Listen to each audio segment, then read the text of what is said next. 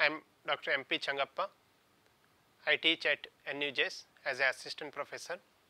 Today I am going to discuss about environmental crime in India. The word environment comprises many the aspect: air, water, flora, fauna, wildlife, etc. For each and every the aspect, when you look at the environmental law as a whole, different laws have been enacted by the government. For example, Air Act, Water Act, Biodiversity Act, Waste Management Regimes, Environmental Protection Act. In each and every the provisions of the law, we come across penal provisions which deals about various aspects relating to crimes. Prior to the Constitution of India 1950, couple of the other laws were existed in India which regulates environmental crimes. For example, Elephant Preservation Act, Cattle Trespass Act, and also Indian Penal Code, which dealt couple of the provisions which prevents the environmental crimes in one or other methods. Whereas after 42nd Amendment 1976, the forest and wildlife moved to the concurrent list, wherein central government came out with a number of the regulations on environmental aspect. For example, Air Act, Water Act, Environmental Protection Act, Biodiversity Act and Forest Conservation Act, which made certain activities as crime in India. For example, the Water Act, we come across lot of power have been given to the Pollution Control Board, and whenever the Pollution Control Board gives consent letter to start industries, the industry shall obey the consent letter. If there is a violation of the consent order, then the Pollution Control Board can prosecute such the industry. All these provisions we come across. We will discuss little later each and every the component of the crimes in India. Even Indian Penal Code also couple of the provisions we come across, wherein what is environmental crime? Environmental crime does not have a universally recognized definition. However, any activity which is detrimental to the environment and is aimed at profiting individual or group through exploitation, damage, trade or theft of environmental resources is called an environmental crime. The terms environmental crime includes a wide range of illegal activities such as illegally prescribed wildlife trading, crime against forestry and fisheries, illegal dumping of chemical or hazardous waste, smuggling of ozone depletion substances and illegal mining. Environmental crimes not only threaten wildlife including tiger, elephant, fish, rare birds, plants, but also our ecosystem through chemical pollution, massive deforestation and destruction of livelihood. Until 2014, environmental crime in India were not recorded by any of the government agencies. In 2014, National Crime Records Bureau released the statistic on environmental related offences of the more than 5,000 crimes against environmental. Nearly half were committed in Rajasthan alone. It accounted for nearly 50% of the total cases. This was followed by the Uttar Pradesh, Karnataka, Himachal Pradesh, Jharkhand, Maharashtra and Andhra Pradesh. NCRB data on distribution of environmental related offences across various states in India. Assessing the growth of environmental crimes can be challenging, considering that huge number of such crimes manage to escape the radar of the protective framework. mean to monitor and regulate such activities. Many of such activities are influenced by things like customs attention, coverage, efficiency, the cover changing scope of these crimes, change of smuggling routes, etc. Thus, many environmental crimes remains unregistered in spite of their high numbers. Less awareness of the nature and types of such a crime and different modus operandi of their execution are also huge contributing factors. NCRB statistic on environmental related offences in several categories in the year 2014. Illegal wildlife trade in India. The 2014 statistic of Convention on International Trade in Endangered Species of Wild Fauna and Flora 1973 shows a 5% annual rise in illegal wildlife trading across the world since 1974. Over the years, illegal wildlife trading has arisen as a dominant form of organized transnational crime that has endangered the lives of many wildlife species across the globe. Decline of habitat and a huge cross-border demand of wildlife derivatives had led to regression of many species of plant and animals. The various endangered wildlife species and their derivatives can be explained vis-a-vis the following. Tigers and leopards are hunted illegally for their whiskers, skin, bones and virtually every part of their body. Poaching of rhinoceros, horn, elephant are hunted for their tusks and ivories since they are giant creature. Inhuman technique like poisoning arrows are used to hunt them down. An otter's skin is the most popular in fashion industries where it is used as a trimming for coat and other garments. Musk deer is killed for musk pot, charus as kind Tibetan uses, salus, etc.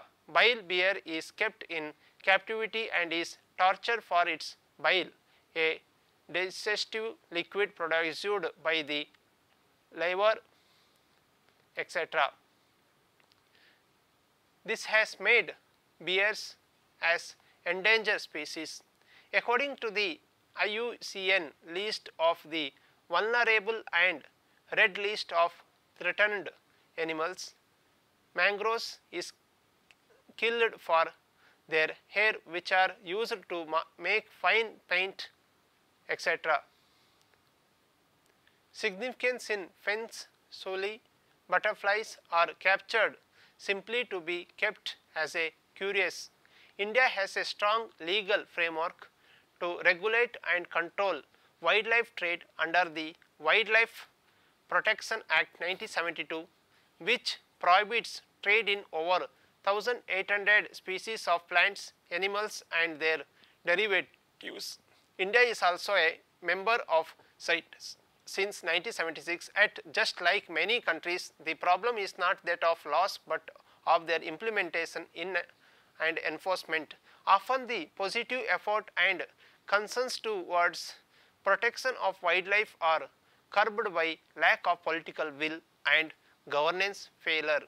There is an urgent need for awareness and action to bring wildlife trade within sustainable levels and stop all illegal activities that have threatened many species and pushes many other towards extinction. In this endeavor, trade records analysis of flora and fauna in commerce, a wide trade monitoring network, a joint effort of the WWF and International Union for Conservation of Nature 1976 work in close collaboration with the national and state governments and various other agencies to help them regulate and curb illegal wildlife trade and bring it within viable levels. It is believed that hunting in olden days was rewarded as a tiger were considered as a pests, it was a pleasure most of people used to enjoy. However, post-independence, hunting became accessible to a common man as well until the emergence of the wildlife law in the country 19th century, which brought about strict regulations and control to the killing and trading of animals, particularly the endangered ones. One of the major factors of existence and exponential increase in wildlife trade in India is the rich biodiversity, offering so much to the illicit traders with a little chance of being detected owing to the callous implementation of laws. India has about 8% of the world biodiversity and 2% of world's land, which makes in one of the 12 mega biodiversity nations in the world. Of the 2 million species that have been globally identified, approximately more than 1 lakhs have been reported to be from India. It has 10 biogeographical zones and 26 biotic provinces blessed with unique and rare species of flora and fauna. India diversity and its destruction in elephant poaching and ivory trade in India. Elephants evokes a strong emotional sentiments in the Indian population. However, despite being valued as gods and presented as a man's best friend on colluded, they are in disparate state in the wild due to the poaching and loss of habitat. Elephants are mainly poached for their tusk and only male Asian elephants have them. The voracious demand of ivory across the world has led to the selective hunting of the male Asian elephants, bringing down the ratio of tuskers to females to alarming level. The Wildlife Protection Society of India recorded the loss of over 121 elephants to poaching between 2008 and 2011. During this period, the authorities recorded 75 ivory and 99 prices of ivory, 69 tuskers across India. Between 2008 and 2011, whopping the nearly 100 elephants have been electrocuted.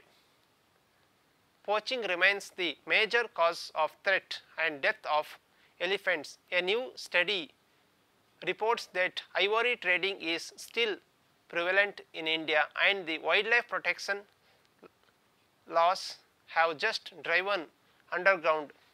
Traffic in India conduct a survey found that Odisha, Assam, UP are the most active market for ivories and tusk of elephant. According to the report, Indian ivory is said to be exported to 40 countries around the world. Dr. Sekhar Niranjan, the head of the Traffic India, stated that current poaching hotspot also includes elephant rich habitat of the Western Ghats, the state of Karnataka, Tamil Nadu and Kerala. The wild elephant in India are engaged in the following activities: temple elephants, ceremonial and festival use, begging street elephants, tourist elephants, forest department elephants, used for patrolling the protected areas, circus elephants, zoo elephants. Just like elephants, bird trade is also spread across the country, and birds are trapped to be sold as pets and are often exported to countries like China. Species of voice etc. also exported. Even though trade and trapping of indigenous birds is prohibited by both Wildlife Protection Act and CITES as a black market for 300 out of the 1200 bird species in India boom openly in the many places. Status of rhinos poaching in India. Unlike the African rhinos, the rhinos in Asian are known to have just one horn. The species found in India, rhinos, and like other species in Java and Sumatra have fallen prey to the hunting and poaching. However, the collaborative effort of the conservation and the governance have helped recover the population of Indian rhinos. In 1966, the population of rhinos is in Kaziranga National Park was 366, which was brought up to 1800. Against the poaching and discouraging poaching in general, between 2016-2015, just hundreds rhinos have been documented as poachers in India. At least rhinos poaching was shortly after Prince William visit to Kaziranga National Park, which brought the total number of poachers. India's trapping of birds is prohibited by both Indian wildlife protection laws and CITES. At India has been a home to a rather flourishing black market for birds. The laws designated for the protection of the birds is well intentioned, but just like all the other proactive laws are poorly implemented. The Crawford market in Mumbai is one of the largest market illegally trading some of the rarest and endangered species of birds. The Bombay High Court in 1997 constituted a committee to investigate the issue of illegal trading of birds in India and constitute measures that curb this. Since the committee is no longer active, black market for avian are mushrooming across the countries. The Nakas market in Lucknow and other places in Kolkata among the leading black markets for birds. The sellers in this market receive more than 600 birds from the trappers, which includes ducks, roosters, sarus, etc., which is the world tallest flying birds and endangered species. The captured birds are illegally transported in small boxes on trains. This results into bird getting broken body parts, contracting disease, etc. A result of which an estimated 60% of the birds die during transit. Of the 300 species of bird who are traded, 16 are among the oldest, most endangered, 36 are listed in the CITES, 6 are included on the red data list of endangered species. Until recently, the loss of habitat due to deforestation was the only threat to Indian tiger. However, a huge demand of oriental medicine outside India has resulted into escalation poaching and smuggling of tiger body parts across the border, especially China. According to a newspaper report, China's illegal tiger trade feeds on India. The severity of the tiger poaching has revealed. The Wildlife Protection Act 1972 imposes a penalty for an imprisonment up to 3 years and a fine up to Rs 25,000 for tiger poaching.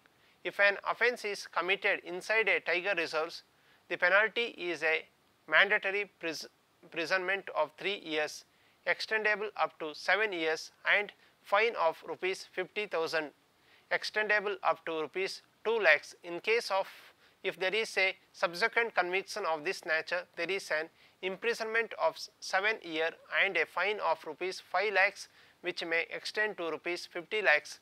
The method of poaching tigers are similar to those of elephants. They include poisoning, steel traps, firearms, electrification. Poaching is prevalent across the country with Delhi, Rajasthan, Assam, Karnataka and Delhi being the predominant hotspot. In October 2003, the Environmental Investigation Agency reported that shipment of skins from 581 leopard tiger from the India to the other Tibetan countries have been intercepted. India saw the seizure of nearly 400 leopard and tiger, etc. Historically, tiger poaching in India, wildlife protection laws in India primarily the first Indian Forest Act was enacted 1865, then wildlife legislation of modern India was the Madras Wildlife Elephant Preservation Act enacted 1873. The Government of India enacted the Elephant Preservation Act. The Indian Forest Laws was enacted in 1878. The Indian Forest Act, which is consolidating legislation, enacted 1927.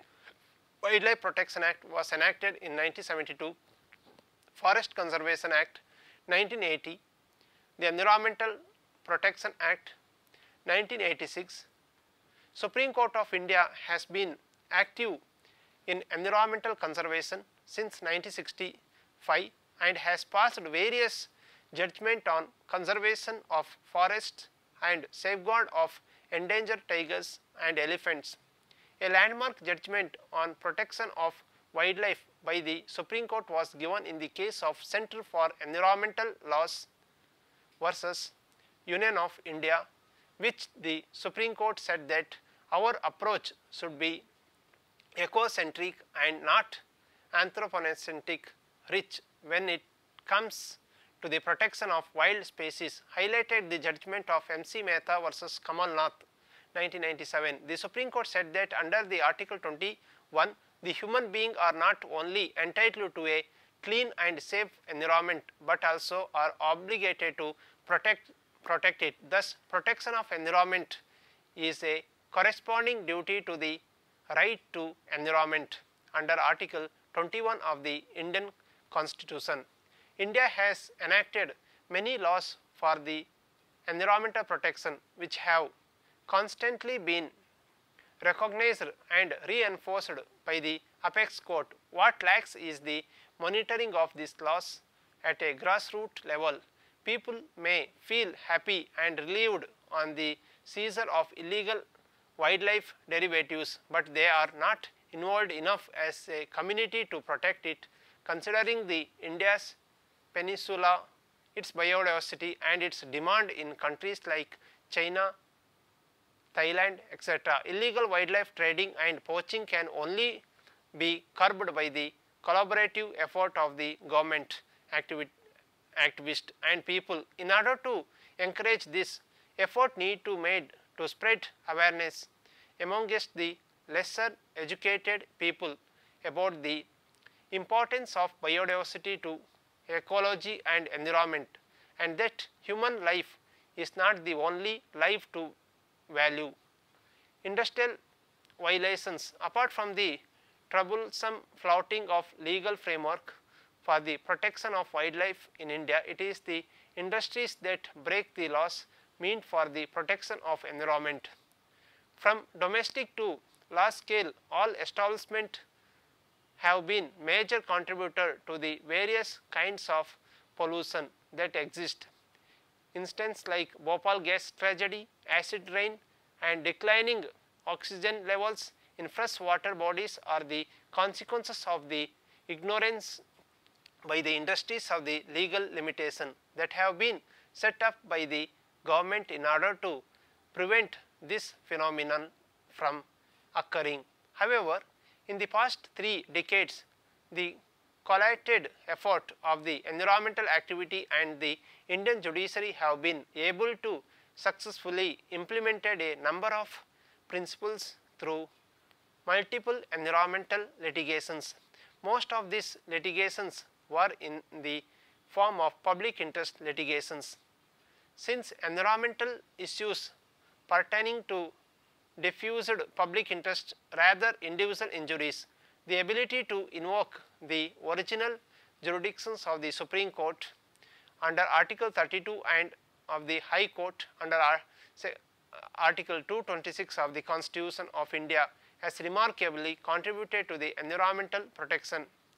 The courts, through the instrument of judicial review, have widened the ambit of substantive right to healthy, clean and unpolluted environmental by entertaining multiple PIL on environmental protection. The court have carved a way to processual justice without crumbling beneath the procedural burden. This was reflected in the case of Tarun Bharat Sangha Alwar versus Union of India, where a social action group challenged the legality of the mining license granted for mining a protected area of a reserved forest. In this case, the court observed that this litigation should not be treated as the usual adversarial litigation. Petitioner are acting in aid of the purpose high on the national agenda. Petitioner concern for the environment, ecology and the wildlife must be shared by the government. Through this judgment, the court highlighted the duty of the state to protect the environment as enshrined in Part 4th of the Constitution of India in the form of the Directive Principles of State Policy and Article 21, which also impart the right to clean environment. There has been a wide range of issues that have been dealt with through environmental PIL, while on some occasions ordinarily letters were considered as a petition by the court. On other occasions, media and newspaper reports. The judiciary through this litigations has developed certain principles over the years which have aided the development of a better regime for the protection of the environment. The polluter pays direct principles. The essence of the polluter pay principles is that the polluter shall be responsible for the damage caused by his omission. The high watermarks of the development of the polluter pay principles is the absolute liability of the inherently dangerous and hazardous industries. The doctrine might come across as a deterrent one prima facie, but its deterrence is limited to the fact that it applies only at the remedial stage, that is after the damage has been caused. While formulating the principles of absolute liability in MC Mehta versus Union of India, the court stated that the power of the judicial review must be utilized to formulate new principles, remedies and strategies suited to the emerging issues of environment. While elaborating on the principles of polluter pays, the court said that the compensation should be proportionate to the magnitude and capacity of the polluting industry. The court intended to impose deterrence through such a dictum. Even though the principles was applauded, it was expressed by the experts that the liability should not be fixed without establishing nexus to the magnitude of the fault. This was the observed in the case of the Deepak Limited versus State of Gujarat, where even though the court did not depart from the essence of doctrine of polluter pays and the principles of absolute liability, it expressly stated that the compensation must have a broad correlation with the damage caused by the polluting industry. Another important principles, precautionary principles. The term precautionary principles is a translation of the German word which says that anticipate and prevent. Although the root of these principles are through German, it has been an integral part of the international environmental laws for nearly 4 decades now. The principles is an outcome of the perception that the amount of the effort that is going into the identifying environmental problems and finding their solution is much less than the pace of environmental deterioration. Thus, there need to be set of principles acting as an embryo on the existing developmental activity in order to protect the environment. One of the earliest mentions of the precautionary principles was by the judiciary, by the United Nations Commission on Environment and Development in 1992 at Rio de Janeiro, also known as Agenda 21, which signifies its preventive approach. It states, in order to protect the environment, the precautionary approach shall be widely applied by stated according to their capabilities. Where there are threat of serious and irreversible damage, lack of full scientific certainty shall not be used as a reason for postponing cost-effective measures to prevent environmental degradation. Precautionary principle represents a paradigm shift in the environmental judicial review. It has 5 key elements which are capable of preventing further damage to our environment. Anticipatory action. The government and the private agencies, communities and individuals all share the responsibility if anticipating the consequences of their actions and the environment. Right to know.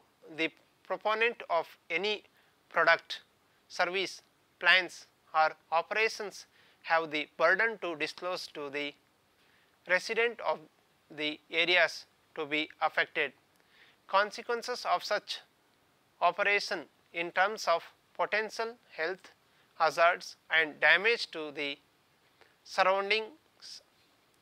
Alternative assessment.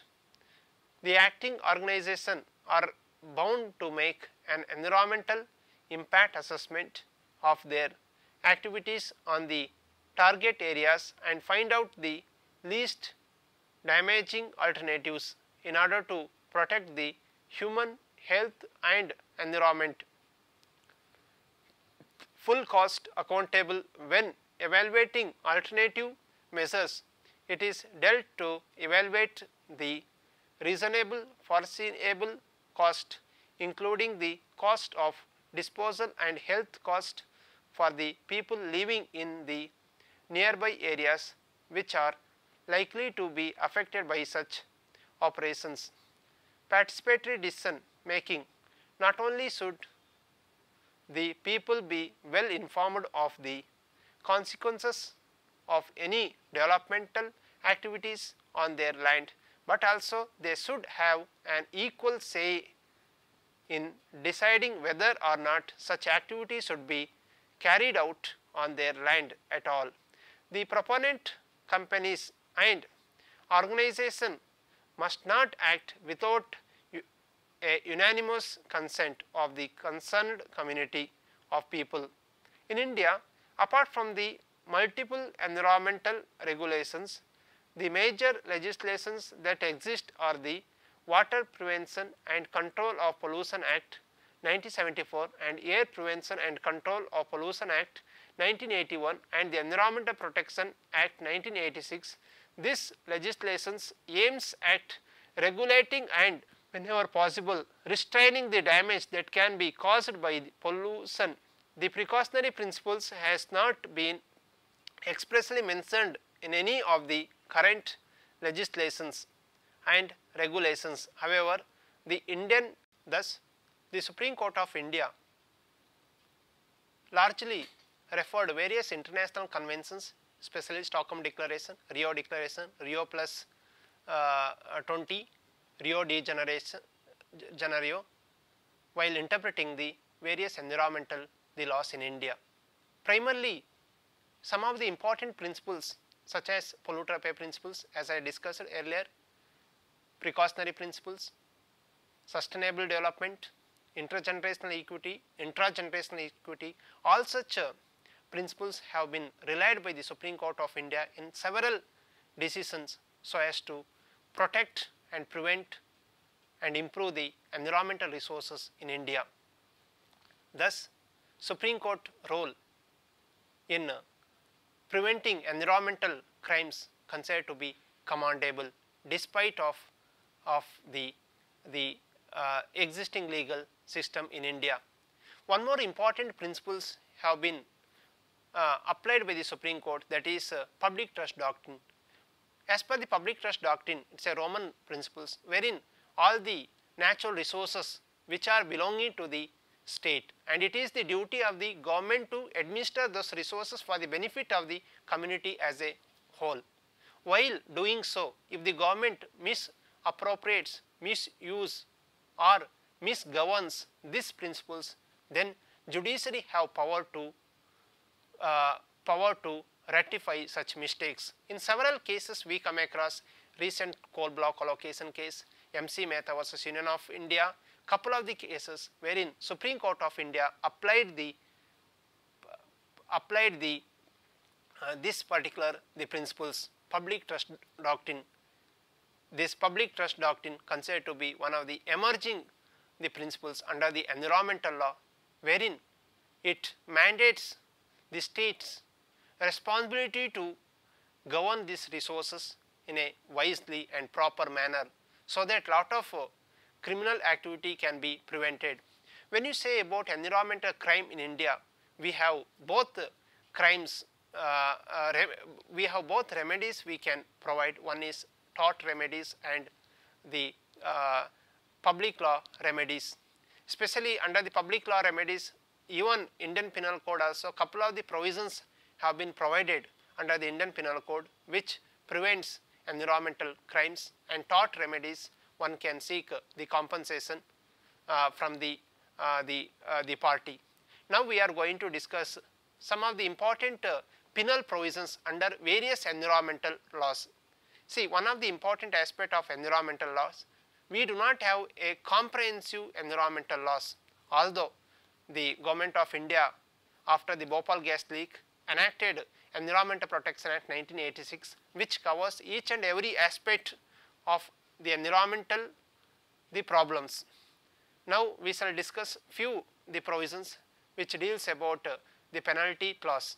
Criminal liability of polluter under Indian environmental laws, especially the Water Prevention Control or Pollution Act 1976. We come across failure to comply with any direction given by the name of the State Board of Prevention and Control of Water Pollution under section 20.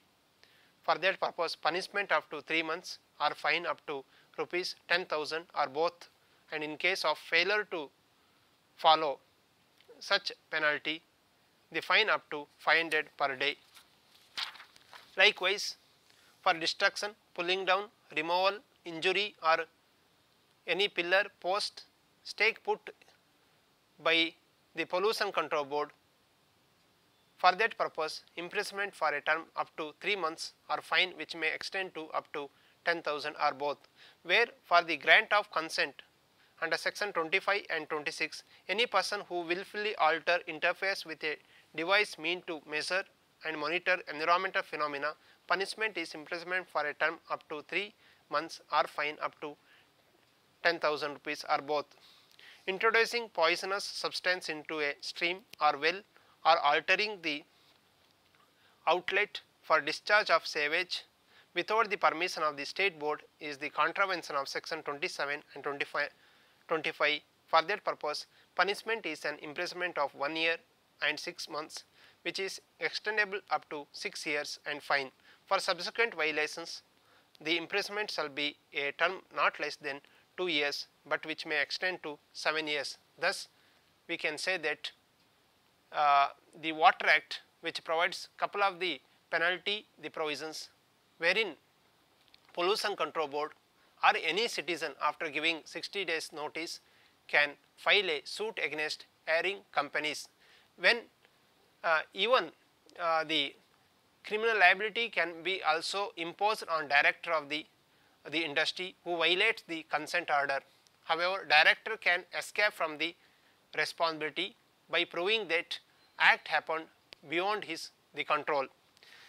Another important legislations, the Air Prevention and Control of Pollution Act 1981, we come across penalty provisions under this act is somehow similar with that of the Water Act, wherein here also couple of the provisions we come across which makes violation of Water Act punishable under different the provisions. And one more important the enactment, the Environmental Protection Act 1986, considered to be umbrella legislations. This particular legislation gave lot of power to the central government to make rules and regulations in order to tackle each and every problem arising out of environmental aspect.